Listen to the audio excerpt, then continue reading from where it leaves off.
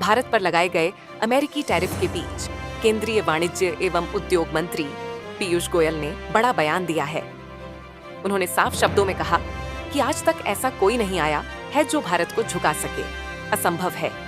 कोई लाख कोशिश कर ले, भारत को कोई नहीं झुका सकता। ये बयान ऐसे समय में आया है जब अमेरिका ने भारत पर रूसी तेल की खरीद जारी रखने को लेकर 25% अतिरिक्त टैरिफ लगाने का ऐलान किया है। Business today India ES 100 summit में बोलते हुए गोयल ने कहा कि आज का भारत पहले से कहीं ज्यादा सशक्त और आत्मविश्वासी है। उन्होंने कहा कि भारत की अर्थव्यवस्था सालाना 6.5% की दर से बढ़ रही है और आने वाले समय में यह गति और तेज होगी। जब वैश्विक व्यापार संगठनों के साथ भारत के भविष्य के संबंधों को लेकर सवाल पूछा गया तो गोयल ने कहा कि दुनिया में डिग्लोबलाइजेशन नहीं हो रहा, बल्कि देश अपने व्यापारिक साझेदारों और रास्तों का पुनर्गठन कर रहे हैं। उन्होंने भरोसा जताया कि इस साल भारत पिछले साल से ज्यादा निर्यात करेगा। उन्होंने कहा, हमने पहले से ही व्यापार बाधाओं का मुकाबला करने के लिए कई कदम उठा लिए हैं। अमेरिकी राष्ट्रपति डोनाल्ड ट्रंप ने भारत को मृत अर्थव्यवस्था कहा था। इस पर पीयूष गोयल ने कड़ी प्रतिक्रिया दी और कांग्रेस सांसद राहुल गांधी पर भी निशाना साधा। उन्होंने कहा, विपक्ष के नेता द्वारा इस नकारात्मक बयान को दोहराना शर्म की बात है। मैं इसकी निंदा करता हूं। देश राहुल गांधी को कभी माफ नहीं करेगा जो भारत की महान गाथा को नीचा दिखाने की कोशिश कर रहे हैं। गोयल ने कहा कि भारत की मुद्रा, विदेशी मुद्रा भंडार, शेयर बाजार और आर्थिक बुनियादी ढांचा पूरी तरह मजबूत है।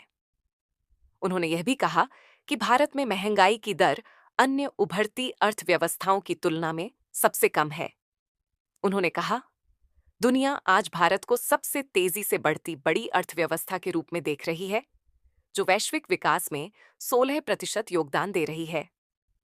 उन्होंने कहा कि भारत की 1.4 अरब युवा, कुशल और आकांक्षी जनसंख्या वैश्विक साझेदारों के लिए एक बड़ी ताकत है।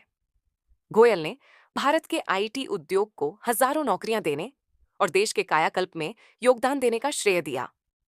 उन्होंने यह भी याद दिलाया कि भारत ने कोविड संकट को अवसर में बदला।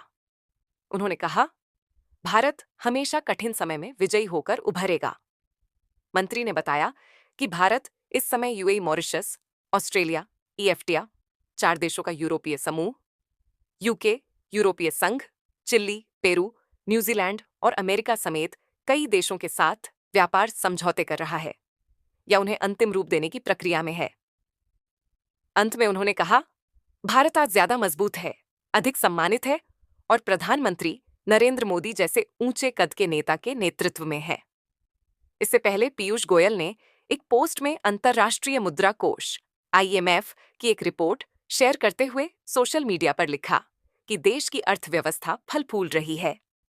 IMF ने हाल ही में विश्व आर्थिक परिदृश्य 2025 का जुलाई अपडेट जारी किया था।